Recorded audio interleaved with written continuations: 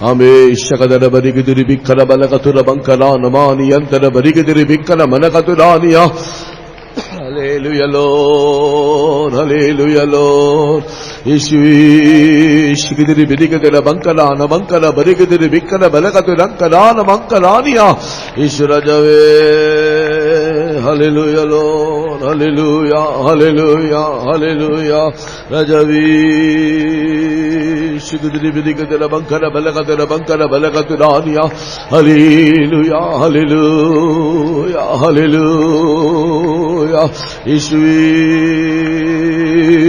Amen, amen, amen, amen, amen, amen, amen, amen. Hallelujah. Shadadara bankara mahana bankara bahari andara bahali andara birikadira bankara balakaturana. Yeshua. Hallelujah, Lord. Hallelujah.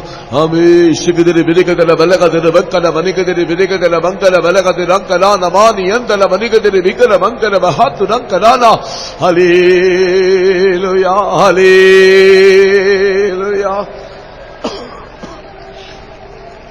Rajavi. Hallelujah, Lord. Hallelujah, Lord. Hallelujah, Lord. Amen. Hallelujah, hallelujah, hallelujah, hallelujah. Amen, amen, amen, amen, amen. Hallelujah. यीशु प्रभु मेरे आत्मा का प्रेमी प्रभु, मेरे आत्मा का प्रेमी प्रभु, हमारे आत्मा को जिला दे, हमारे आत्मा को जिला दे, हमारे आत्मा को संजीवित कर दे प्रभु, तेरे अनुग्रह से भर दे. हालेलुया. सदा रिविकंदल मनक सुरबंकल बहत रंकनाना. आमीन. शिकदर बिकदर बलकदर बंकल बहत रंकनाना मानियंदर बलकदरानिया.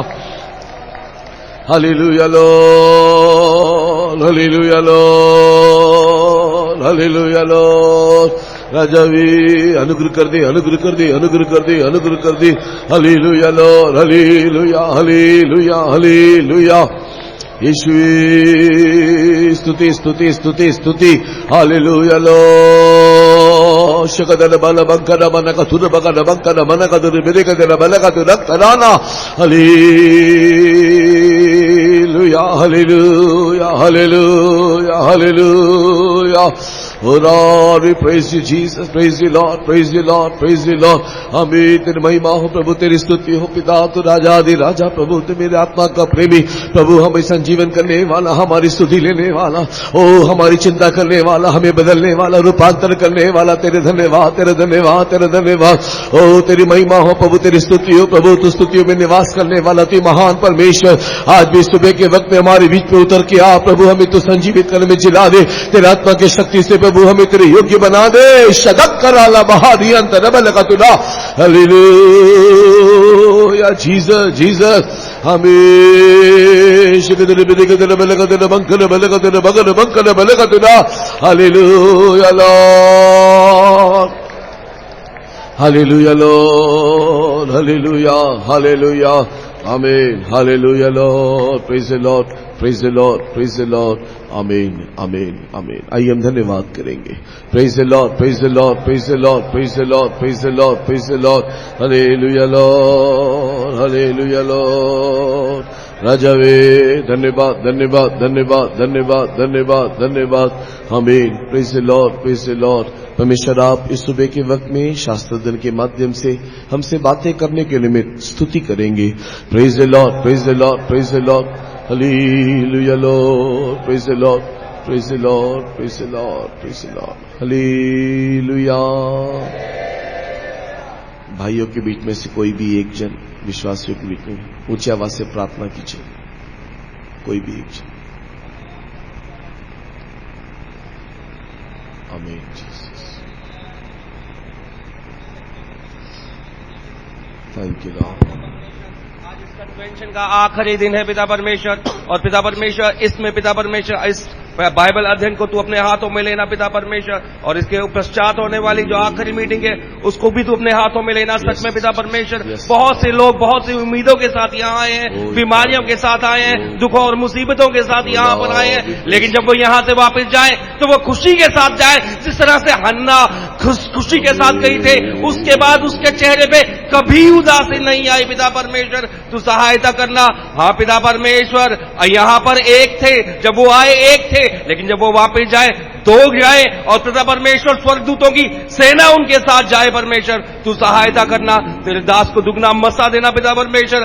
पिता परमेश्वर जो भी शब्द अभी अध्ययन के द्वारा हमें बताए जाए, हमारे हृदय तैयार हो पिता परमेश्वर, उसे सुने, उसे समझे और उसे अपनाए। तेरे प्यारे बेटे प्रभु यीशु मसीह के नाम से मांगते हैं, आमीन।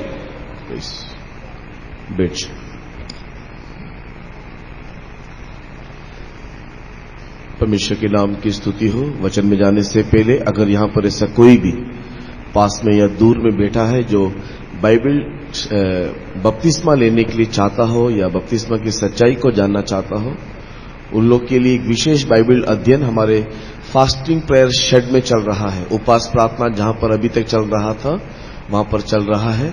कृपा करके आप लोग उठ करके वहां जाए ताकि आपको वहां से मदद मिल सके।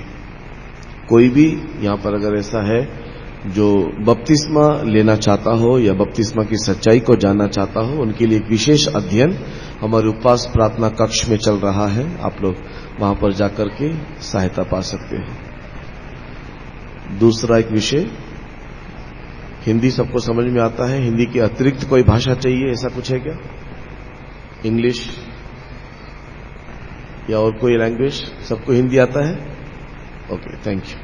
परमेश्वर के पवित्र नाम की स्तुति हो। सबसे पहले मैं परमेश्वर को धन्यवाद करता हूं कि और एक बार इस साल में भी आप लोग के बीच में आकर के सम्मेलन में शामिल होने के लिए और अनेक आशीषों को अनुभव करने के लिए, पाने के लिए परमेश्वर ने मेरी भी सहायता किया है। और इस प्रकार जो परमेश्वर ने अवसर दिया है कि पुनरुत्थान के सुबह के वक्त में आप लोग के बीच में वचन से कुछ साझा कर सकूं, इसके लिए भी मैं परमेश्वर को धन्यवाद करता हूं। समय को व्यर्थ न करते हुए, क्योंकि आराधना का समय है तो जल्दी मीटिंग खत्म करना है, तो हम लोग सीधे विषय वस्तु में आकर आज के अध्ययन में हम लोग प्रवेश करेंगे। परमेश्वर के पवित्र नाम की स्तुति होवे। आज जिस विषय को मैं आप लोग के बीच में साझा करना चाहता हूं, उसका हेडिंग या उसका शीर्षक है, अपने आप को और अपने घर को बचा लो। अपने आप को भी और अपने घर को भी बचा लो। परमेश्वर के पवित्र नाम की स्तुति होवे। आइए इसके लिए हम लोग मूल वचन स्वरूप इब्रानी की पत्री 11वां अध्याय उसके 7वें वचन की ओर हम लोग अपने शास्त्र को खोलेंगे। Book of Hebrew chapter 11 verse 7।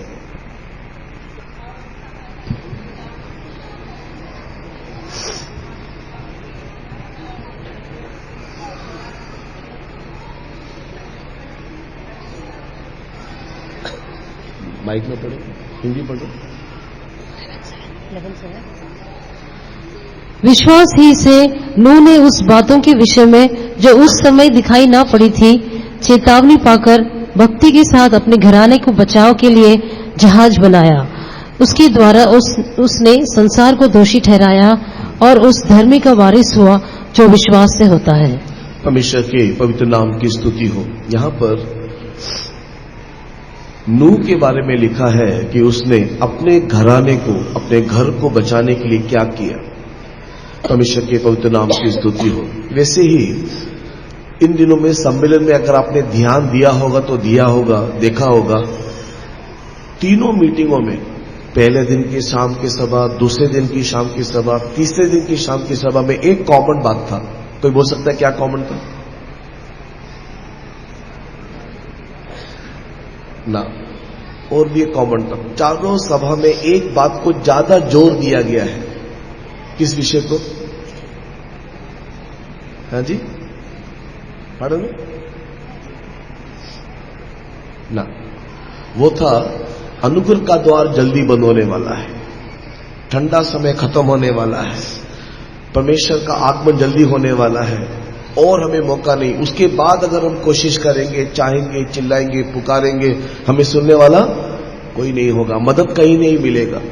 तो इसके लिए कि इससे पहले अनुग्रह का द्वार बंद हो जाए, हम अपने आप को भी बचाना है, अपने घर को, परिवार को, बच्चों को भी क्या करना है, बचाना है। आज इसी संबंध में कुछ बातें जितना समय मिलता है उसके हिसाब से हम लोग आज ध्यान करेंगे। परमेश्वर के पवित्र नाम की स्तुति हो। ध्यान दीजिएगा, बीच बीच में मैं सवाल पूछूंगा, सवालों का जवाब दीजिएगा, ताकि मुझे भी लगे कि जो मैं बोल रहा हूं वो आपको समझ में आ रहा है, या मैं आपको और भी बेहतरीन रीति से समझा सकूं, इसकी कोशिश में करूंगा। परमेश्वर के पवित्र नाम की स्तुति होवे। नूह का दिनों के बारे में हमने यहां पर देखा। नूह के दिनों के बारे के विषय में एक छोटा सा विषय बोल करके हम लोग जल्दी से आगे बढ़ेंगे। नूह का जब दिन था, जब नूह के दिनों में जल प्रलय आया, जो लोग बाइबल पढ़ते हैं उनको मालूम है कि पुरातन जगत में जब सृष्टि आरंभ हुआ था, मनुष्य के अंदर इतना पाप बढ़ने लगा, जगत में इतना पाप बढ़ने लगा कि नूह के दिनों में परमेश्वर उस जगत को जल प्रलय के द्वारा नाश करने के लिए चाहा और किया भी। परमेश्वर के नाम की स्तुति हो। और उस समय में ऐसा हुआ कि अधिकांश लोग पानी में डूब के मर गए। मैं उसके बीच में 3 परिवार का परिचय पहले दूंगा और उसके बाद हम लोग हमारे विषय में जाएंगे कि कैसे हम लोग हमारे परिवार को बचाएं, उसके लिए हमको क्या करना है। परमेश्वर के पवित्र नाम की स्तुति हो। जल प्रलय के समय में मुख्य रीति से 3 परिवार दिखाई दे रहा था। परमेश्वर के नाम की स्तुति हो। कौन कौन सा परिवार? सबसे पहला परिवार जल प्रलय के पहले या विनाश आने से पहले 3 प्रकार का परिवार दिखाई देने वाले में से सबसे पहला परिवार था कैन का परिवार। कौन सा घराना? कैन का घराना। परमेश्वर के नाम की स्तुति होवे। उत्पत्ति की किताब के 4 अध्याय, सारे वचन को हम लोग नहीं पढ़ेंगे, इसके लिए आप लोग ध्यान दीजिएगा। और जो भी कुछ मैं बोल रहा हूं उसके वचन और रेफरेंस को मैं आपको बता दूंगा, आप लोग उसको अंकित कर लो और बाद में उसको क्रॉस चेक कर लीजिएगा। मैं जल्दी जल्दी कहानी के माध्यम से आपको बताते आगे बढ़ता हूं। उत्पत्ति की किताब के अध्याय 4 अगर आप आरंभ से पढ़ करके देखोगे, अंत तक पढ़ोगे, तो वहां पर सबसे पहला घराना और परिवार कैन का परिवार दिखाई देता है। ये कैन वो है जो आदम का पहला बेटा हुआ। ये कैन वो है जिसने आदम का दूसरा बेटा हाबिल को उसने क्या कर दिया? हत्या कर दिया। और परमेश्वर ने जो उसको सलाह दिया था उसको नकारते हुए, परमेश्वर ने उसको हत्या करने से पहले एक सलाह दिया था कि बेटा अगर तू अच्छा करेगा तो तेरा भी भेंट में क्या करूंगा? ग्रहण करूंगा। लेकिन परमेश्वर की सलाह को नकारते हुए भाई को हत्या करके परमेश्वर को छोड़ के ये कैन क्या कर दिया? दूर चला गया। बाइबल में लिखा है वो कैन क्या हो गया? दूर चला गया। प्रिय लोगों, एक बात याद रखिएगा, हमारे जीवन के कामों के अनुसार हमारा घर, हमारा परिवार, हमारे वंश के ऊपर असर पड़ता है।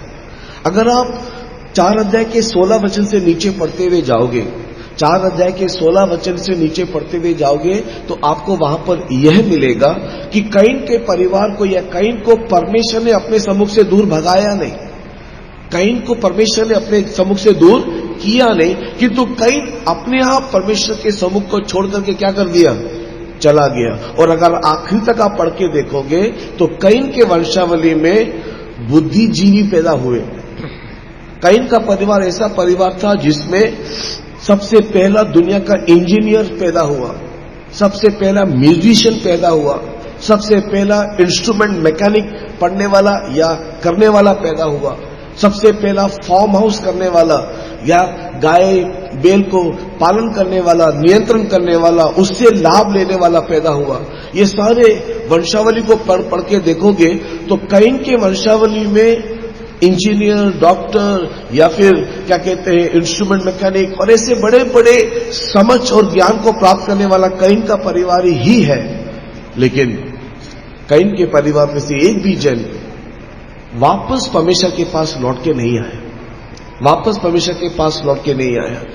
कैन जैसे प्रभु को छोड़ के चला गया, उसका परिवार भी वैसे ही प्रभु को छोड़ के चला गया। अगर हम चलेंगे या अगर हम सही नहीं रहेंगे, हमारे पीछे हमारा घर, हमारा परिवार भी एक दिन हमको छोड़ के क्या करेगा? चले जाएगा। मैं एक सवाल पूछूं आप लोग से, एक सवाल समझ के लिए मैं आपसे पूछता हूं, मुझे बताइएगा, अगर एक छोटा बच्चा हमारे घर में जन्म लिया है, 1 महीने का, 1 साल का एक छोटा बच्चा जो अभी दुनिया में समझ नहीं रखा है, पांव नहीं रखा है, बस अभी जन्म ही हुआ है, अगर ये बच्चा जो हमारे घर में जन्म दिया किसी कारणवश अगर ये बच्चा मर जाता है, अगर ये बच्चा मर जाता है, वो कहां जाएगा? स्वर्ग जाएगा या नरक जाएगा? कहां जाएगा? छोटा बच्चा है, बुद्धि नहीं है, ज्ञान नहीं है, कुछ गलती किया नहीं है, पाप जाना नहीं है, दुनिया देखा नहीं है, अगर ये बच्चा मर जाएगा कहां जाएगा? स्वर्ग जाएगा, नरक जाएगा? कितने लोग सहमत है स्वर्ग जाएगा? हाथ उठाए। और कितने लोग कहते कि नहीं नहीं नरक भी जा सकता है? उन लोग हाथ उठाए। सही बात है, कोई गलती नहीं किया तो स्वर्ग क्यों ना जाए, नरक क्यों जाएगा? लेकिन बाइबल ऐसा नहीं कहता है। बाइबल पता क्या कहता है? आपका बच्चा भी नरक जा सकता है। संभव है कि वो छोटा है, पाप नहीं किया, गलती नहीं किया, लेकिन वो फिर भी नरक जाने की संभावना है। कारण मां बाप। कारण क्या है? मां बाप। एक छोटी सी कहानी बोलकर के मैं समझाने की कोशिश करता हूं। एक घर में, आपने सुना होगा यह कहानी, बहुत सारे पास्टर लोग, बहुत सारे पादरी लोग अपने संदेश में इसका इस्तेमाल किए हैं। एक घर में एक तोता ने 2 बच्चा जन्म दिया। तोता देखते हो, पैरट, 2 बच्चे को जन्म दिया। और ये दोनों बच्चे जन्म होने के बाद दोनों को मार्केट में बेचा गया।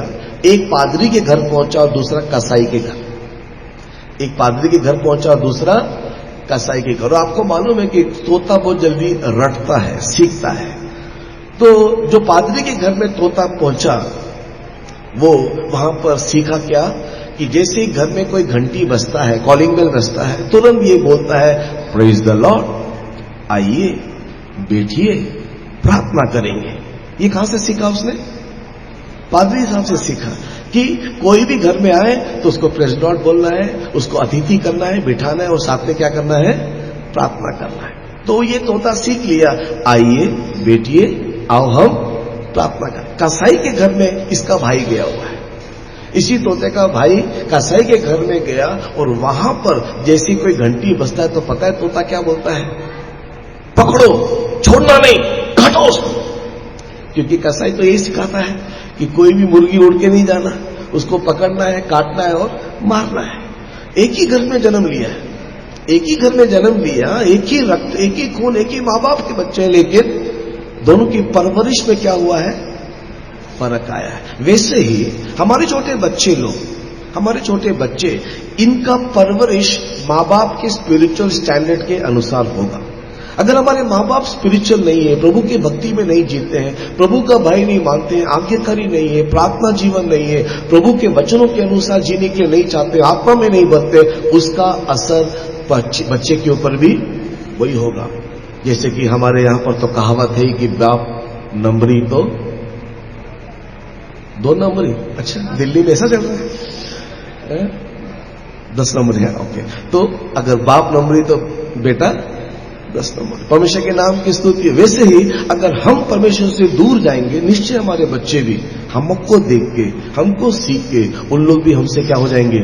दूर जाएंगे। कभी कभी छोटे छोटे बच्चे लोगों को मीटिंग में ध्यान दिया है, आप देखोगे ना, उनके माँ जैसे ताली बजाता है ना, वो बच्चा वो माँ को देखता है, बाप को देखता है और वैसे ही वो भी क्या करता है? नकल उतारने की कोशिश करता है। ऐसे ही जीवन के हर कदम में हमारे बच्चे लोग हमारा अनुसरण, अनुकरण करते हैं। इसके लिए हम लोग को चाहिए हम उनके सामने एक आदर्श बने। कैन के बच्चे कभी भी लौट के नहीं आए। और मैं किस आधार पर कहता हूं कि बच्चे नरक जा सकते हैं? वचन पढ़ेंगे, 1 कोरिन्थी उसके 7 अध्याय 14 वचन। 1 कोरिन्थियन चैप्टर 7 वर्स 14। 1 कोरिन्थी 7वां अध्याय 14 वचन। क्योंकि ऐसा पति जो विश्वास न करता हो वह पत्नी के कारण पवित्र ठहरता है, और ऐसा पत्नी जो विश्वास नहीं करती पति के कारण पवित्र ठहरती है। नहीं तो तुम्हारा बाल बच्चे नहीं तो तुम्हारे बाल बच्चे अशुद्ध होते। बाल बच्चे क्या होंगे? अशुद्ध होते। क्यों अशुद्ध होंगे? अगर पति विश्वास करता है, पत्नी विश्वास नहीं करता है, तो बच्चे अशुद्ध होने का संभावना है, क्योंकि पत्नी विश्वास नहीं करती। यहां पर शुद्ध करने का मतलब हुआ है प्रभु को पाना।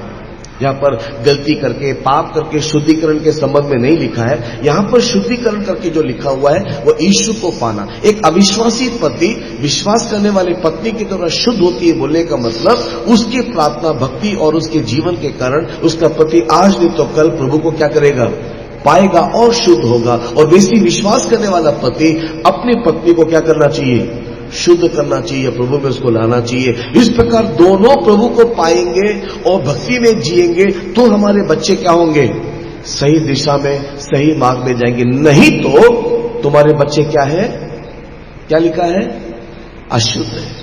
अगर हमारे जीवन में, हमारे घर में सब विश्वासी नहीं है या ऐसा कोई भी चांस है कि उसके द्वारा वो गलत चीज को सीख सकता है, गलत मार्ग में जा सकता है, प्रभु को छोड़ सकता है, तो बच्चे के अंदर अशुद्धता आ सकता है। और आप मुझे बताएं कि अशुद्ध लोग परमेश्वर के राज्य में जाएंगे?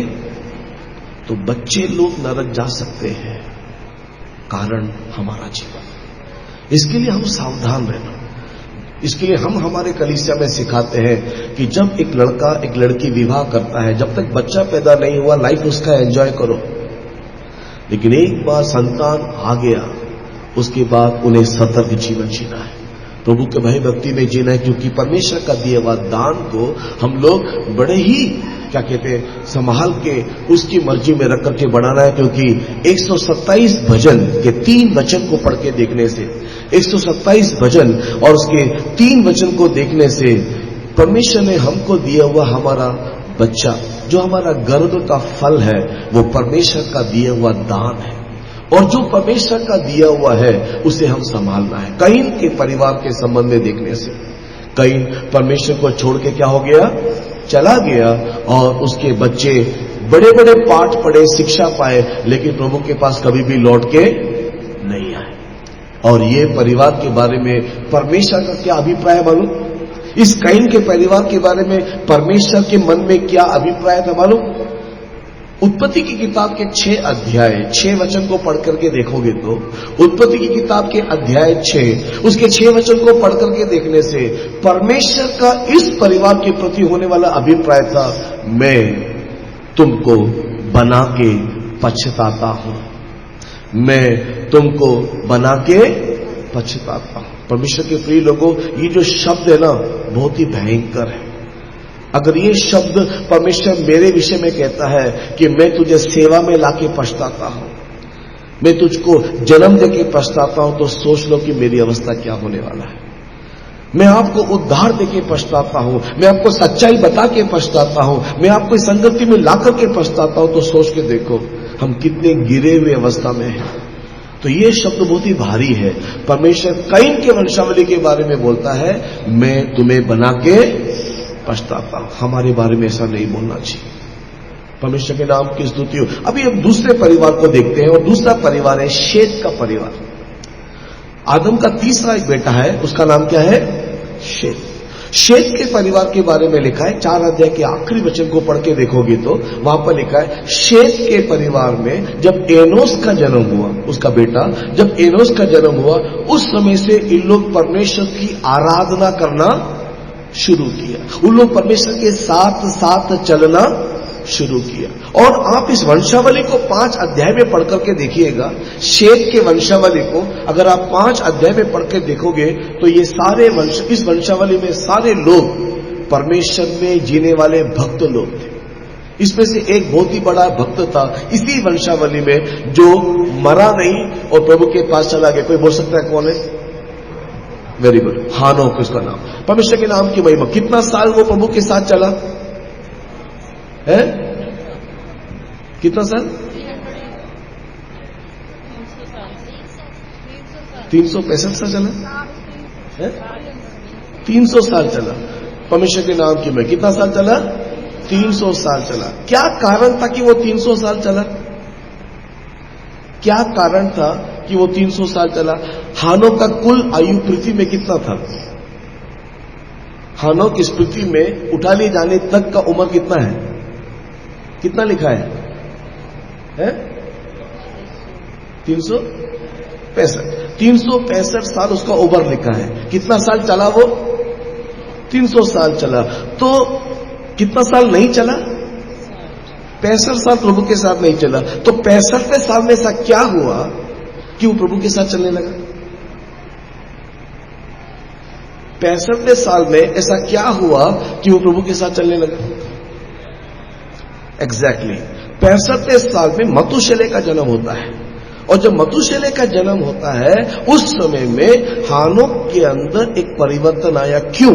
क्योंकि उन दिनों में जब भी कोई संतान जन्म होता था, इसका मैं क्या नाम रखूं बोल के परमेश्वर से पूछते थे। हमारे समान नहीं, इंटरनेट को देखते हैं हम लोग कि आप बच्चे का नाम रखना है बोल करके हम लोग गूगल मारते हैं, इंटरनेट में देखते हैं, लड़का हुआ है तो क्या नाम रखे, लड़की हो तो क्या नाम रखे, उसका अर्थ क्या है, ये क्या है, वो क्या है। और आजकल तो नया ट्रेंड चला है, बाप का नाम अगर ये है तो माँ का नाम अगर ये है तो दोनों के नाम को मिला करके क्या निकलता है उसको एक रखेंगे। मेरे पास एक माँ आई थी और एक पिता आया था, उसके 2 लड़की लोग पहले से थे, तीसरा जन्म हुआ है। तो आकर के मेरे को बोलने लगे कि ब्रदर जी अब आप हमारी लड़की का नाम रखना चाहिए, लेकिन एक बात ध्यान दीजिएगा, क्या कि हम दोनों का नाम उसमें अक्षर उसमें क्या होना चाहिए, आना चाहिए। तो पति का नाम था बिमल और पत्नी का नाम था कविता। मैंने बोला बकवास रख लो, परमेश्वर के नाम की स्तुति हो। तो कई बार हम लोग इस प्रकार के नाम को चाहते हैं, लेकिन उन दिनों में ऐसा नहीं था। उन दिनों में लोग क्या था, उन दिनों में परमेश्वर को पूछते थे, प्रभु अगर तूने ये बच्चा दिया है, तूने अगर ये दान दिया है, मैं इसको क्या नाम रखूं, इसमें क्या है, इसके द्वारा क्या होने वाला है। तो परमेश्वर ने मतुशेलह के समय में हानोक को यह समझ दिया कि जिस दिन ये लड़का मरेगा उस दिन दुनिया क्या हो जाएगा, खत्म हो जाएगा। जिस दिन मतुशेलह मरेगा उस दिन जल प्रलय आएगा, जिस दिन मतुशेलह मरेगा उस दिन विनाश आएगा। अगर आप उम्र को हिसाब करके देखोगे तो जिस साल मतुशेलह मरा उसी साल जल प्रलय का शुरू होता है। परमेश्वर के नाम की स्तुति है। अभी जब हानोक को यह संदेश मिला कि जिस दिन ये लड़का मरेगा उस दिन क्या होगा, जगत नाश होने वाला है, उस दिन हानोक का जीवन में परिवर्तन आ गया, दुनिया नाश होने वाला है। इस बच्चे को जन्म के साथ प्रभु ने मुझे एक मैसेज दिया है। इस बच्चे को देखने से हमेशा एक ही चीज समझ में आता है, ये दुनिया नहीं रहेगा, ये दुनिया नहीं रहेगा, ये नाश होने वाला है, प्रभु ने बोल दिया है। उस दिन से हानोक के अंदर एक परिवर्तन आया और वो प्रभु के साथ साथ चलने लगा। लेकिन हम लोग कितना संदेश सुनते हैं, कितना प्रचार सुनते हैं, कितनी घटनाओं को देखते हैं, लेकिन हमारे अंदर कोई परिवर्तन आता नहीं। परमेश्वर के नाम की स्तुति। ऐसा नहीं होना चाहिए। हानोक और उसकी वंशावली को देखो, बहुत ही अच्छा परिवार है। ये लोग प्रभु की भक्ति में जीने वाले लोग थे। इन लोग के परिवार में सब लोग स्पिरिचुअल लोग थे, प्रभु को भय मानते थे, भविष्यवाणी को विश्वास करते थे, प्रभु की आराधना करते थे। इस प्रकार एक परिवार है। लेकिन दुख की बात पता है क्या है? दुख की बात यह है कि इस परिवार में से कोई भी जहाज में प्रवेश नहीं किया। इस परिवार में से कोई भी जहाज में प्रवेश नहीं किया। स्पिरिचुअल फैमिली है लेकिन जहाज में प्रवेश नहीं किया। परमेश्वर के नाम की महिमा। पता है क्यों? क्योंकि ये परिवार वो परिवार था जो स्पिरिचुअल है, प्रभु का भय रखते हैं, बाइबल पढ़ते हैं, सच्चाई को जानते हैं, ईश्वर भक्ति में जीवन जीते हैं। लेकिन उत्पत्ति की किताब के अध्याय 6 वचन 4 में लिखा है कि इस वंशावली के साथ, इस परिवार के साथ मुझे बार बार विवाद करना पड़ता है, बार बार मुझे संघर्ष करना पड़ता है। क्या संघर्ष? क्या संघर्ष?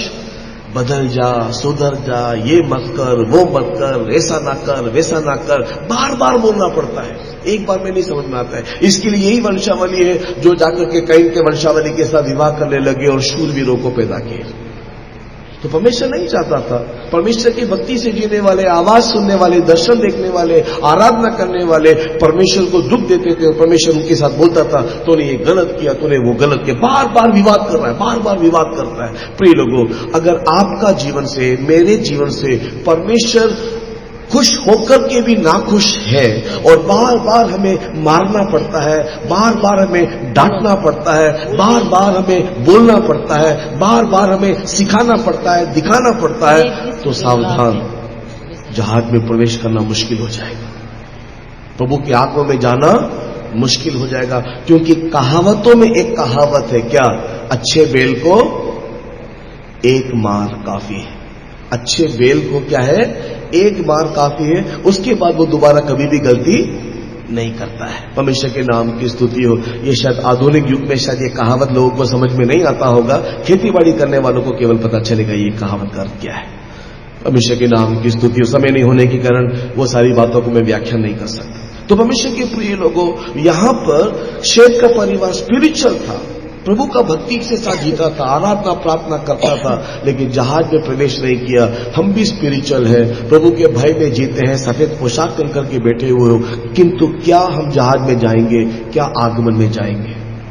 अगर हमको बार बार डांटना पड़ता है, बार बार बोलना पड़ता है, बार बार समझाना पड़ता है, बार बार सुधारना पड़ता है, नहीं सुधरते तो हमारे लिए मुश्किल हो जाएगा। किंतु तीसरा परिवार था नूह का परिवार। नूह के बारे में 6 अध्याय में पढ़ने के टाइम 7 वचन में लिखा हुआ है। क्या लिखा हुआ है वहां पर पढ़ने के टाइम? नूह अपने घराने में क्या था? खरा था, सिद्ध था। उसका मतलब अपने घराने में, उसका मतलब क्या हुआ? उसके अन्य जो परिवार के लोग हैं, शेत के परिवार में ये भी आता है, लेकिन अन्य परिवार के लोग के समान नूह का परिवार नहीं था।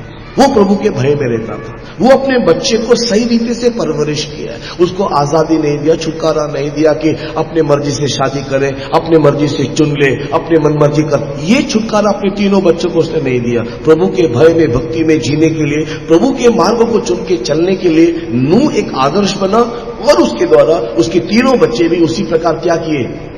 आदर्श के साथ में। इसी कारण से सुसमाचार जब बताया गया कि आप लोग जहाज में प्रवेश करो, शेत के परिवार में से सब लोगों ने जहाज बनाने में मदद किया, लेकिन जहाज के अंदर कोई नहीं किया। लेकिन नूह का परिवार में जहाज बनाया भी और जहाज के अंदर प्रवेश भी किया। हमारे बच्चे आज कैसे हैं? क्या हमारे साथ है? हम जैसे आराधना में, प्रार्थना में, भक्ति में जीते, क्या उन लोग जीते? अगर नहीं तो कहां कमी है, कहां घटी है, उसको हम लोग देख के इन दिनों में सुधारना है, बदलना है, और अपने घर को भी, अपने आप को भी हमको बचाना है, वरना परमेश्वर हमसे हिसाब पूछेगा।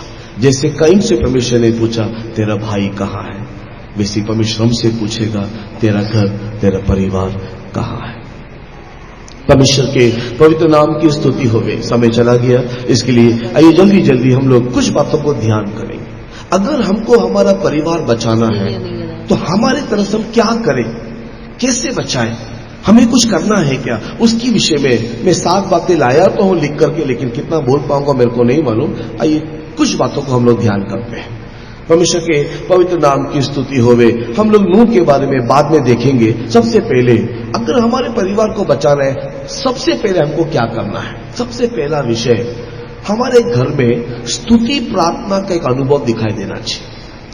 हर दिन सुबह परमेश्वर के सम्मुख में आकर के, परमेश्वर के घर में रह करके हम लोग अपने घर के लिए, अपने परिवार के लिए स्तुति करने वाले, प्रार्थना करने वाला एक परिवार होना चाहिए। जिस घर में ये अनुभूति नहीं है, उनके बच्चों का चाल चलन के विषय में डाउट आए। परमेश्वर के नाम की स्तुति हो। इसके लिए हम लोग परमेश्वर के सम्मुख में भोर तड़के उठ के, मैं और मेरा परिवार कदाचित किसी रीति से प्रभु को दुख दे करके प्रभु से दूर ना जाए, इसके लिए हम लोग बलि चढ़ाना है। ये अनुभूति अय्यूब का था। ये अनुभूति किसका था? अय्यूब का था। अय्यूब भोर तड़के उठ करके परमेश्वर के सम्मुख में जाकर के अपने बच्चों के नाम से, एक एक बच्चों के नाम से, मतलब 7 बच्चे थे तो 7 के नाम से वो क्या करता था? होम बलि चढ़ाता था। क्या करता था? होम बलि वो चढ़ाता था। परमेश्वर के नाम की स्तुति। क्यों चढ़ाता था? कल भी पास्टर जी बताए थे शाम के टाइम में। क्यों चढ़ाता था?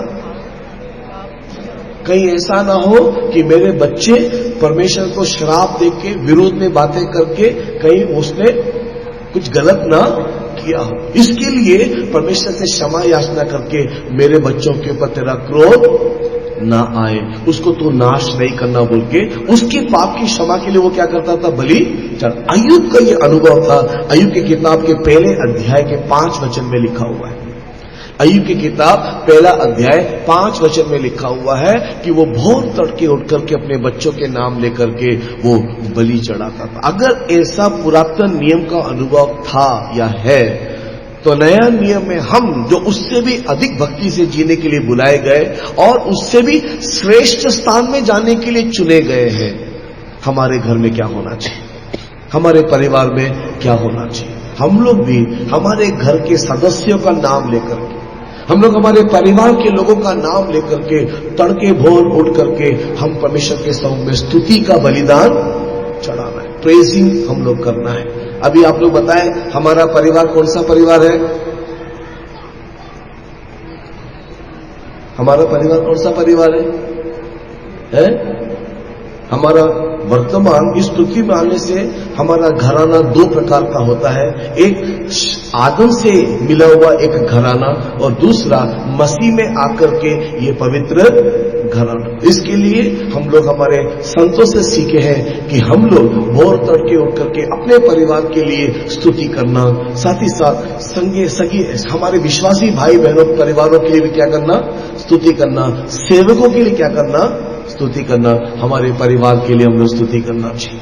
परमेश्वर के पवित्र नाम की स्तुति हो। अगर हम ऐसा करेंगे हमारा घराना बचेगा, प्रभु के क्रोध से बचेगा, न्याय से बचेगा, परमेश्वर हमको संभालेगा। आप इससे कितने लोग आशीष को पाने के लिए मंच के पास आते हैं कि पास्टर जी का हाथ मेरे ऊपर आए? ऐसे कितने लोग हैं? बहुत खूब, परमेश्वर के नाम की स्तुति हो। हम लोग सब चाहते हैं कि पास्टर जी का हाथ हमारे ऊपर आए। और जब से कल की साक्षी हमने सुना कि वो भाई जो कैंसर से या कर्क की बीमारी से पीड़ित थे, हमारे प्रधान पास्टर जी ने केवल एक झलक उसके ऊपर हाथ रख के प्रार्थना की और वचन सुनाया तो अजूबा हो गया। क्या हो गया? बीमारी ठीक हो गया। तब से और भी डिमांड बढ़ गया है कि पास्टर हमारे ऊपर भी एक हाथ रखे। कोई पेट दिखा रहा है, कोई हार्ट दिखा रहा है, कोई सिर दिखा रहा है। पास्टर जी के सामने कल हम खड़े थे तो हमको दिखाई दिया। तो एक झलक चाहिए। लेकिन मैं आपको एक बात बता दूं, एक बात याद रखिएगा, किसी भी संत के द्वारा हाथ रखे जाने से 100% आशीष मिलेगा ये गारंटी नहीं है। बाइबल में नहीं लिखा है। कोई भी संत हो, छोटा हो, बड़ा हो, प्रधान हो, अगर उनका हाथ हमारे ऊपर आने से अगर हम आशीष पाना है, हमारा घर आशीष पाना है, तो हाथ रख करके उधर बगल में जाकर के बीड़ी फूकने से आशीष मिल जाएगा? इधर हाथ रखवा देंगे, वहां जाके गाली करेंगे तो आशीष मिल जाएगा? नहीं मिलता है। बाइबल क्या कहता है? अगर आपको आशीष पाना है, आपके घर आशीष पाना है, आपके घर में सेवक लोग आते हैं और आपको आशीष करके जाते हैं, अगर वो आशीष आपको लगना है तो बाइबल कहता है आपका घर, आपका परिवार उसके योग्य होना है। मत्ती लिखित सुसमाचार के 10 अध्याय 12 वचन में एक नजर डालें।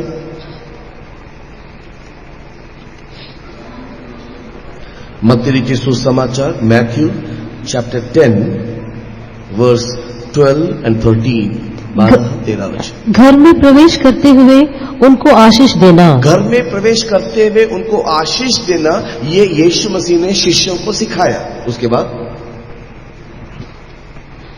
यदि उस घर के लोग, अगला वचन शुरुआत का शब्द है, क्या है? तू आशीष देना यदि, हाँ, उस घर के लोग योग्य होंगे। उस घर के लोग क्या होंगे? जोर से बोले, योग्य होंगे।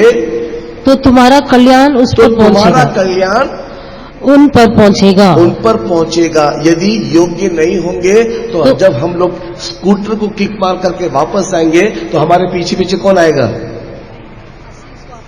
कौन आएगा? भूत आएगा? है?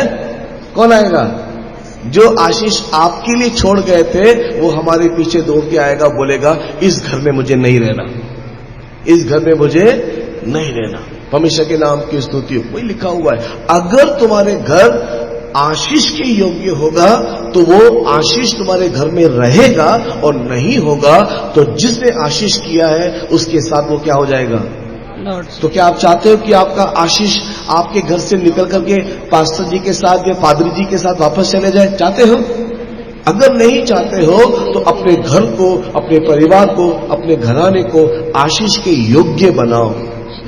वहां पर बहुत कुछ होगा आपके घर में, पैसा होगा, गाड़ी होगा, बंगला होगा, सब प्रकार की सुख सुविधाएं होंगी, लेकिन आशीष रहने के योग्य कुछ है क्या? देखो, ये जो दुनियादारी आपके घर में है, ये जो दुनिया की सारी सुख सुविधा आपके घर में है, जरूरी नहीं है कि उसके द्वारा परमेश्वर भी वहां पर वास करे। उस योग्य होना है तो घर में स्तुति प्रार्थना होना चाहिए। घर में स्तुति प्रार्थना होना चाहिए। सुबह सुबह प्रभु को ढूंढने वाला परिवार होना चाहिए। सुबह सुबह उठते ही परमेश्वर के सम्मुख में घुटने टेकने वाला होना चाहिए। और फिर एक और बात मैं आपको बता दूं कि अगर उस घर में कोई एक जन है जो घुटना टेकता है और दूसरा बोलता है कि मैं नहीं टेकूंगा, तो भी मुश्किल है। घर आना और घर आशीष पाना है तो भूलना नहीं, पहला कोरिन्थियों 7 अध्याय के 14 वचन में लिखा है, दोनों का तालमेल होना जरूरी है। जैसे स्त्री वैसे स्वामी, जैसा स्वामी वैसे स्त्री। ये दोनों मिलकर के तालमेल करके नहीं करेंगे तो आप ही हैं जो अपने घर को खुद ही उजाड़ दे रहे हैं। इसके लिए दोनों सुबह उठ करके बच्चों को उठा करके परमेश्वर के सम्मुख में स्तुति प्रार्थना करने वाला एक परिवार होना चाहिए। अगर वैसा होगा तो कल्याण तुम्हारे घर में लगेगा, आशीर्वाद तुमको लगेगा। संत लोग हाथ रखेंगे, आप आशीषित होंगे, वरना वो आशीष उनके साथ वापस चले जाएगा। परमेश्वर के पवित्र नाम की स्तुति हो। तो प्रिय लोगों, इन दिनों में, अंतिम दिनों में हम अपने आप को इस योग्य बनाएं और इतने योग्य बनाएं कि जो हमारा है वो हमारे पास ही रहे, जो हमारे लिए है वो हमको मिले। परमेश्वर के पवित्र नाम की स्तुति हो। आइए अगला कदम में आगे बढ़ते हैं। अगर हमको मैं और मेरा परिवार बचना है, मैं और मेरा घराना उद्धार पाना है, अगला हमको क्या करना है? हमको अगला हमारे घर में सप्ताह में कम से कम एक बार हमारे परिवार में क्या होना चाहिए? उपवास लेकर के प्रार्थना करने वाले अनुभूति होना चाहिए। कई लोग के घर में सप्ताह में एक बार मटन बनता है कि नहीं बनता है? आज संडे का दिन है, घर में सब लोग बैठे हैं, आज सब लोग परिवार, तो आज हम कुछ अच्छा बनाएंगे। ऐसे करते नहीं करते? कितना ऐसे करते हैं? क्योंकि पूरा सप्ताह तो सब व्यस्त रहते हैं, कभी कोई जाता है तो कोई आता है, कोई आता है तो कोई जाता है, लेकिन एक दिन होता है तो आज हम लोग सब मिलके फैमिली करेंगे, सब लोग मिलकर के एक साथ खाएंगे फिर। ऐसा होता है कि नहीं होता है? ये आजकल के मॉडर्न जमाने में वो भी नहीं है। कितने लोग के घर में होता है ऐसे?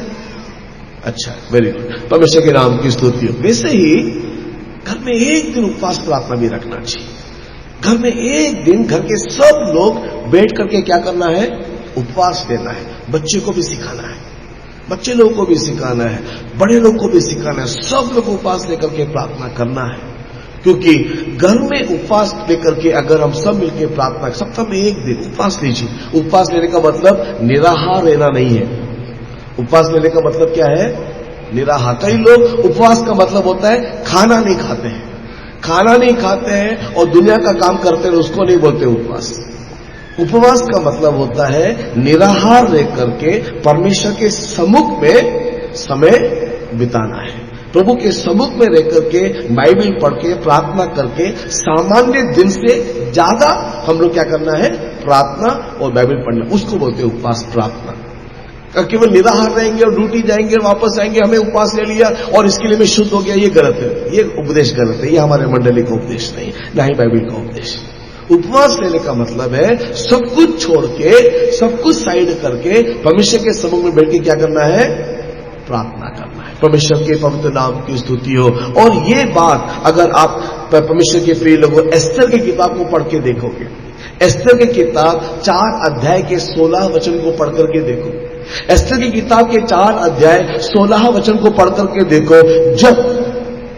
जब मादी पारसी राजा राज्य कर रहा था, जब मादी पारसी राजा पर्शियन किंगडम पूरे दुनिया में जब राज्य कर रहा था, उस समय में एक ऐसा समय आया कि हामान नामक एक व्यक्ति यहूदियों को नेस्तनाबूद करना चाहता था, सर्वनाश करना चाहता था। वो पूरे यहूदियों के ऊपर विपत्ति लेकर के आया। उस समय में अपने घर को, घराने को बचाने के लिए एस्तर ने क्या किया? उपवास लेकर के प्रार्थना किया और उसने अपने चाचा को बोला, मुर्दकाई को बोला कि तू भी उपवास लेकर के क्या कर, प्रार्थना कर। सब लोग उपवास लेकर के प्रार्थना करो, मैं भी अपनी सहेलियों के साथ, तुम भी अपने घर परिवारों के साथ प्रार्थना करो, और उसके बाद हम लोग आगे क्या करना है देखेंगे। ये लोग सब उपवास लेकर के प्रार्थना किया, और जिसके चलते 5 अध्याय के दूसरा वचन में अगर आप आओगे तो 5 के 2 को पढ़ने से आपको वहां पर दिखाई देगा कि जब उपवास 3 दिन का लेने के बाद अपने घर को बचाने के लिए, अपने परिवार को बचाने के लिए, 3 दिन के बाद जब ये एस्तेर रानी राजा के समक्ष खड़ी होती है तो उसको अनुग्रह मिलता है। उसको क्या मिलता है? अनुग्रह मिलता है, क्योंकि उस समय का नियम था रानी हो या कोई भी क्यों ना हो, राजा के पास बिन बुलाए नहीं जाना। अगर कोई राजा के पास बिन बुलाए जाए तो सीधे उसको क्या है? मृत्यु दंड है। इसके लिए एस्तेर रानी राजा के पास जाना है, क्योंकि अगर देरी करे, अगर वो समय पर ना जाए तो उसका पूरा खानदान, घराना यहूदी सर्वनाश हो जाएगा। इसी के लिए उसको जाना है। अभी क्या करे? राजा नहीं बुला रहा है, इसके लिए क्या करे? उपवास लेकर के प्रार्थना की, और 5 के 2 में लिखा है कि उपवास लेकर के प्रार्थना करने के बाद जब ये एस्तेर रानी राजा के पास गई, अनुग्रह का राजदंड उसके लिए बढ़ाया गया और वो उसको जाकर के छूती है। वैसे ही परमेश्वर का अनुग्रह आपके घर में, आपके परिवार में, मेरे घर में, मेरे परिवार में अगर आना है तो दिन में कम, सप्ताह में कम से कम 1 दिन तो कम से कम क्या करना। इससे परमेश्वर का अनुग्रह हमारे ऊपर, दया हमारे ऊपर क्या होगा? बना रहेगा। परमेश्वर के नाम की स्तुति हो। उपवास लेने के द्वारा कई आशीषें हैं। तो ये लोग, मैं 3 आशीष आपके सामने रखता हूं। एक, अभी हमने जैसे देखा, उपवास लेने के द्वारा एक आशीष बैश्वर का अनुग्रह हमें प्राप्त होता है। एक आशीष परमेश्वर का अनुग्रह हमको मिलेगा, लेकिन घर में सब लोग मिलकर उपवास लेकर प्रार्थना करना चाहिए। थोड़ी देर बैठ करके बाइबल पढ़ के प्रार्थना करके देश के लिए, परिवार के लिए, घर के लिए, सबके लिए क्या करना है? प्रार्थना करना। दूसरा, अगर हम उपवास लेकर के प्रार्थना करेंगे, दूसरी आशीष क्या है? आने वाले न्याय से हम लोग बच पाएंगे। क्या कर पाएंगे? आने वाले न्याय से बच पाएंगे। अगर आप योना की कहानी में जाते हो, भविष्य का योना, उसकी कहानी में अगर आप जाते हो तो 3रे अध्याय में जब योना ने उस निनवे वासियों को कहा, योना ने जब निनवे वासियों को कहा कि परमेश्वर 40 दिन के बाद इस देश को क्या करने जा रहा है? नाश करने जा रहा है, तो राजा से लेकर के प्रजा तक, इंसान से लेकर के पशु तक, सबको राजा ने क्या करवा दिया? उपवास करा दिया। हालांकि ये जाति, ये निनवे की प्रजा ईश्वर को नहीं जानते थे, ईश्वर को नहीं जानते थे। योना चाहता था, योना क्या चाहता था?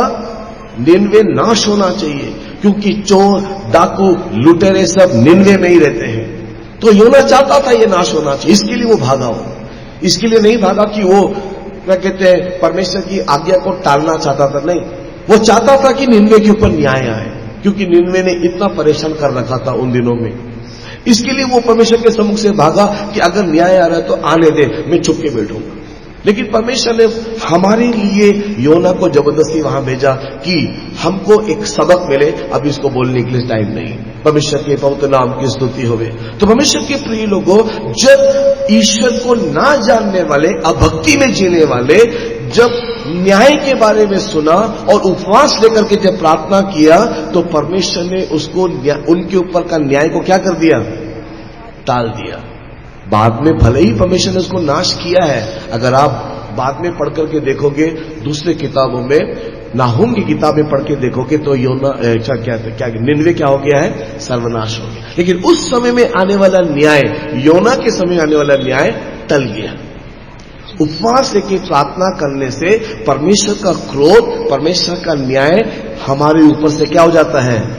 टल जाता है। इसके लिए अपने घर को बचाने के लिए, अपने परिवार को बचाने के लिए दूसरा पाठ हम लोग उपवास लेकर के क्या करना है? प्रार्थना करना है। तीसरा विषय, उपवास लेकर के प्रार्थना करने से मिलने वाले आशीष क्या है? मार्कुस की किताब को पढ़ करके देखिएगा। मार्कुस की किताब, उसके 9 अध्याय, मार्कुस का सुसमाचार अध्याय 9 वचन 17, 25, 29। एक और बार मैं कहता हूं, मार्कुस चैप्टर 9 वर्सेस 17, 25 एंड 29 अगर आप पढ़ करके देखोगे, 17, 25, 29 वचन को अगर आप पढ़ करके देखोगे, इन वचनों में आपको दिखाई देगा कि एक पिता, एक बाप शिष्यों के पास अपने बेटे को लेकर के गया कि उसके अंदर रहने वाले गूंगी आत्मा से उसको क्या मिले, छुटकारा मिले, क्योंकि वो गूंगा था, बोल नहीं पाता था। उसका पिता जानता था, देखो पिता जानता है कि मेरा बेटे के अंदर कौन सी आत्मा है, गूंगी आत्मा है, लेकिन यीशु क्या बोलता है कि उसके अंदर गूंगी ही नहीं और भी एक आत्मा है। वो कौन सी आत्मा है, बहरी आत्मा। ये 25 वचन में लिखा हुआ है, वो गूंगा भी है और साथ में क्या है, बहरा भी है। कई बार हमारे बच्चे लोग भी इसी प्रकार है, गूंगे भी होते हैं और बहरे भी हो जाते हैं। परमेश्वर के पवित्र नाम की स्तुति हो गई। तो अगर हमारे बच्चे गूंगे और बहरे नहीं होना, परमेश्वर के समूह में आकर के आराधना नहीं करते, प्रार्थना नहीं करते, स्तुति नहीं करते, मुंह नहीं खोलते, मुंह बंद करके बैठे रहते हैं। हाँ, मैं प्रार्थना में बैठी थी, मैं प्रार्थना में बैठा था, किया क्या तूने, कुछ नहीं किया, इसको देखा उसको देखा, हंसी मजाक करते रहे। मैं भी यहां पर आकर के देखता हूं, मंच में बैठने के टाइम में सामने बैठे हुए लड़की लोग पता नहीं किसको देख करके हंसते रहते हैं, पता नहीं। लड़के लोग तो कोई दूसरी दुनिया में रहते हैं, अब पीछे की तो बात मुझे नहीं मालूम, आगे दिखाई देता है। तो आकर के बैठना काफी नहीं है, स्तुति करना है, आराधना करना है, भक्ति से गीत गा करके, ताली बजा के, आत्मा में भर के, वचन को सुन के आत्मिक उन्नति को प्राप्त करना है। ये हमारे बच्चे लोग आजकल नहीं सीखे। तो ये सब एक गूंगी और बहरी आत्मा है। इस प्रकार की आत्मा के ऊपर अगर जय पाना है तो 29 वचन में लिखा हुआ है, क्या लिखा है, उपवास। हिंदी में नहीं लिखा है, यही परेशानी है, हिंदी बाइबल में शायद नहीं है, लेकिन इंग्लिश ट्रांसलेशन पढ़ने के वहां पर लिखा हुआ है कि इस प्रकार की आत्मा जिसको शिष्य लोग भी निकालने नहीं पाए हैं, जब शिष्यों ने जाकर के गुप्त में पूछा कि हमने क्यों नहीं निकाल पाए, तब यीशु बोलता है इस प्रकार की आत्मा के लिए उपवास और प्रार्थना करना है। तो प्रिय लोगों, अगर हम लोग को अपना घर परिवार, अपने बच्चों को बचाना है, हम लोग उपवास प्रार्थना करना है, तब इन लोग के अंदर परमेश्वर का अनुग्रह के द्वारा परमेश्वर उनको बदलेगा। ये है परमेश्वर के प्रिय लोगों एक दूसरा सबक, परमेश्वर के बहुत नाम की स्तुति हो गई। तीसरा बोल के मैं समाप्त करता हूं, समय हो गया है, बाकी और कभी हम ध्यान करेंगे या फिर आप खुद ही परमेश्वर के वचन को पढ़ करके उसमें से रस को निकालिएगा। परमेश्वर के नाम की महिमा हो गई। तीसरा अनुभूति, अगर हम लोग को अपने घर को बचाना है, अपने परिवार को बचाना है, तो घर के जो बड़े हैं या घर में कम से कम एक कोई तो भी हो जो समझदार हो सकता है कि कई बार घर में बाप समझदार होता है, तो कई घरों में बाप समझदार नहीं होता है, तो उसकी पत्नी समझदार होती है, मां समझदार होती है। कई घर में ये दोनों ही मूर्ख होते हैं, तो उनके बच्चे समझदार होते हैं। कोई ना कोई एक तो कम से कम घर में क्या होना चाहिए, समझदार होना चाहिए, जिसके अंदर दुख उठाने का क्या हो, मन हो, जिसके अंदर क्या उठाने का मन हो, दुख उठाने का मन हो। क्योंकि दुख उठाने के मन को पाने के लिए समझदारी का होना बहुत ही जरूरी है। अगर घर में एक भी जन ऐसा नहीं होगा तो वो घर बर्बादी है। एक जन होना चाहिए। मेरे बोलने का तात्पर्य क्या है, मान लो कि किसी प्रकार से प्रार्थना में आने के टाइम, आराधना में आने के टाइम या जीवन के किसी मार्ग में कोई भी बात ऐसे हो जाता है, किसी ने डांट दिया हो, किसी ने कुछ गलत कर दिया हो, किसी ने कुछ तुम्हारे लिए अन्याय किया हो या तुम्हारा कुछ बिगाड़ दिया हो, तो घर में कम से कम एक व्यक्ति होना चाहिए जो ये नकारात्मक बात को भी सकारात्मक होकर के क्या करे, परिवर्तन करते, हर गलत को भी सही करके प्रमाणित करे। घर में एक जन होना चाहिए। आज अगर पास्टर जी ने बच्चे को डांट दिया है, बच्चे को मार दिया है क्योंकि शरारत कर रहे थे, बदमाशी कर रहे थे, परमेश्वर के सम्मुख में उन लोग कुछ गलत किया, कुछ तो भी, अगर एक चलाने वाले ने, संडे स्कूल हेडमास्टर हो या स्कूल का अध्यापक हो या चलाने वाले सेवक लोग डांट दिया है, आजकल के जो मेरे बेटे को तूने क्यों बोला, तू कौन होता है बोलने वाला, बोल करके तुरंत आकर के लड़ाई झगड़ा करके मुंह फुला करके 1 महीने के लिए पूरा घर परिवार कैन के समान चले जाते हैं। नहीं, गलत है। परमेश्वर के नाम के एक तो घर में हो जो समझदार हो, एक तो घर में हो जो बुद्धि से काम करे, जो बुद्धि से बातें करे, और उस रोने वाले बच्चे को वो रो रहा हो, उसके जीवन में गलत हुआ हो तो भी उसको ये तो बोले कि ये भी तेरे लिए भलाई के लिए है। आज नहीं, कल पता चलेगा, अभी नहीं, बाद में पता चलेगा। ये तेरे लिए भलाई के लिए, मेरे पास समय नहीं, इसके लिए मैं इसको ज्यादा विवरण करना नहीं चाहता। एक तो घर में कम से कम होना चाहिए। अगर सब के सब एक समान हो, और भी जले पे नमक छिड़कने वाला, और भी आग में घी डालने वाला, और भी भड़काने वाला, और सेवकों को प्रति नफरत, टीचरों के प्रति नफरत, दुनिया के प्रति नफरत पैदा करने वाला होने से आपका बच्चा एक नंबर का गुंडा मवाली निकलेगा, एक नंबर का गुंडा मवाली निकलेगा। कम से कम एक जन हो कि नहीं बेटा इसको सहन करना सीख, नहीं इसमें भी एक अच्छाई को सीख, प्रभु की मर्जी क्या जानना सीख, क्या हमारे जीवन में परमेश्वर कुछ बताना चाह रहा है इसको सीख। उसको स्पिरिचुअली बदलने वाला एक अनुभूति होना चाहिए। और ये बात जोसेफ के अंदर था।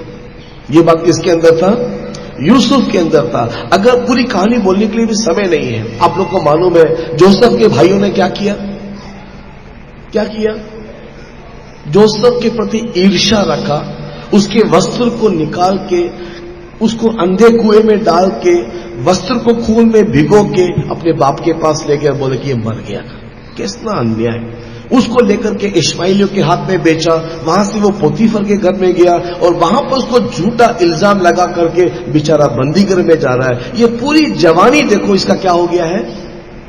पूरी जवानी दुख में गया। खेलने कूदने खुशी मनाने के टाइम में अपने घर से परिवार से बहुत दूर जाकर के बेचारा गुलामी में जी रहा है। आप या मैं उस जगह में होते ना, हमारे अंदर केवल कड़वाहट के अलावा और कुछ भी अंदर नहीं होता। लेकिन जोसेफ की सुंदरता पता है क्या है? उत्पत्ति की किताब के 50 अध्याय को अगर आप पढ़ के देखोगे, उत्पत्ति की किताब के 50 अध्याय और उसके 20 वचन को पढ़ करके देखिएगा। उत्पत्ति की किताब के अध्याय 50 उसके 20 वचन को पढ़कर के देखने के समय में जब याकूब मर जाता है, कौन मर जाता है? जोसेफ का पिता याकूब जब मर जाता है तो भाइयों के बीच में क्या हो जा रहा है? एक डर आ जा रहा है, एक भय आ जा रहा है। उन लोग बोल रहे कि अभी बाप मर गया है, निश्चय अभी जोसेफ इस देश का सबसे बड़ा मंत्री है, इस देश का एक राजा के समान है, ये अभी हमसे बदला लेगा और हम सबको इधर ही मरवाएगा। ये डर उनके अंदर आ गया। आपस में बातें करने के समय में ये कानाफूसी किसने सुन लिया? जोसेफ ने सुन लिया। वो रोने लगा और रोने के बाद 50 वचन में कितना सुंदर बात बोल रहा है वो बोल रहा अपने भाइयों को, ओ तुम लोग डरना नहीं, तुम लोग डरना नहीं, मैं तुम्हारा कोई हानि नहीं करूंगा। जो भी कुछ मेरे साथ हुआ वो सारा नेगेटिव। भजन वाला लिखता है कि परमेश्वर उसको कसौटी में क्या कर रहा था?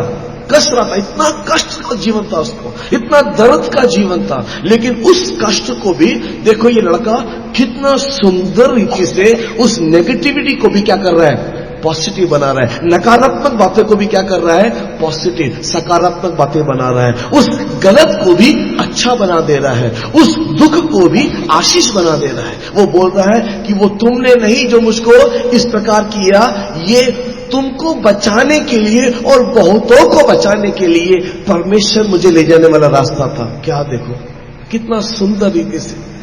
और हम लोग क्या है, हमारे बच्चे की बात सुन के, बीवी की बात सुनकर के चढ़ जाते हैं किसी के ऊपर, लड़ने झगड़ने मारपीट करने चले जाते हैं, कभी सेवकों से, कभी सेविकाओं से, कभी इससे, कभी उससे, कभी दुनिया से।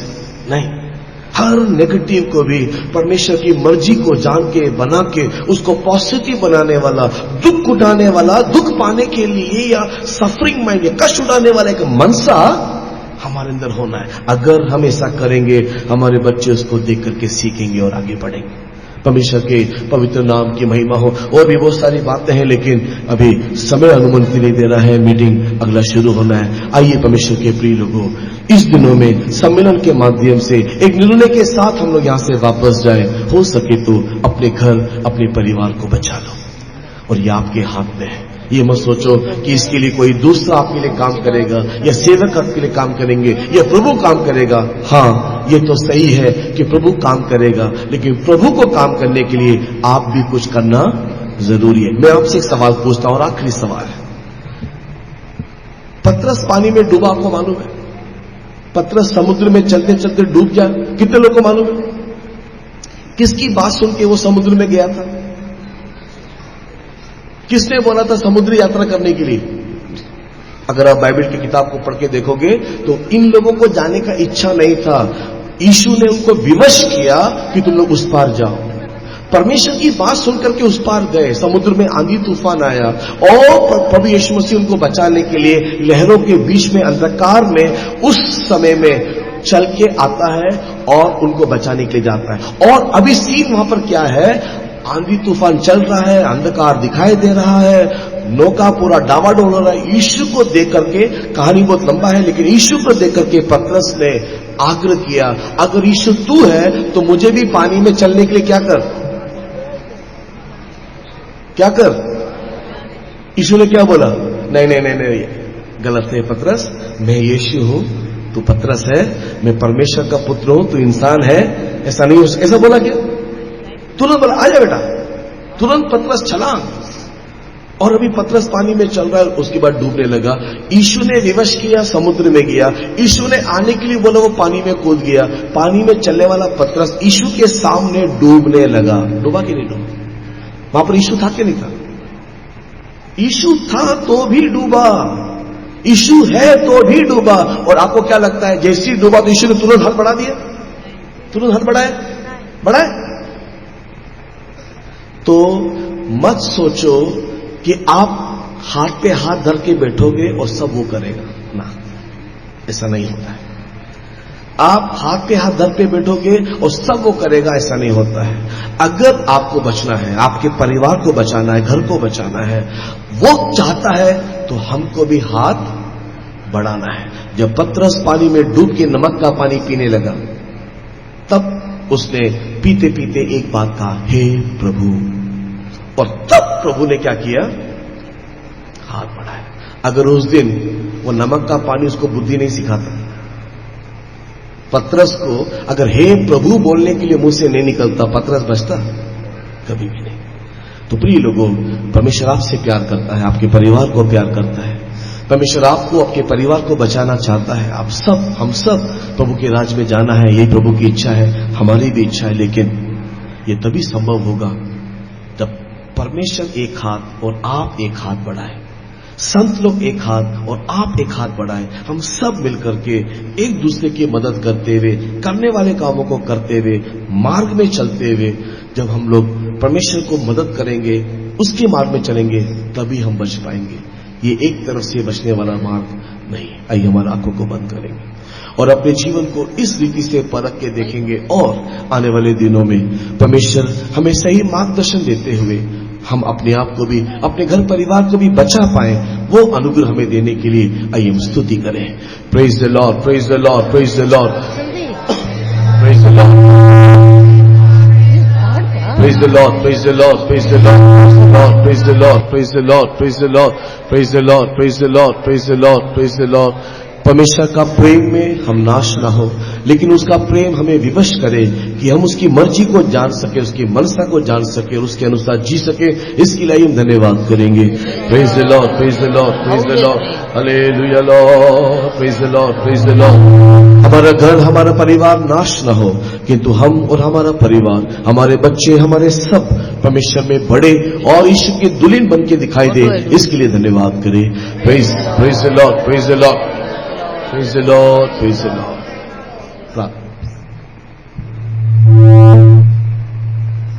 प्यारे परमेश्वर, तेरे नाम की स्तुति धन्यवाद करती हूँ प्रभु।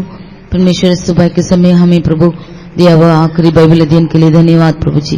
परमेश्वर, इस कन्वेंशन में हमें दिया हुआ परमेश्वर सारे आशीषों के लिए धन्यवाद प्रभु जी।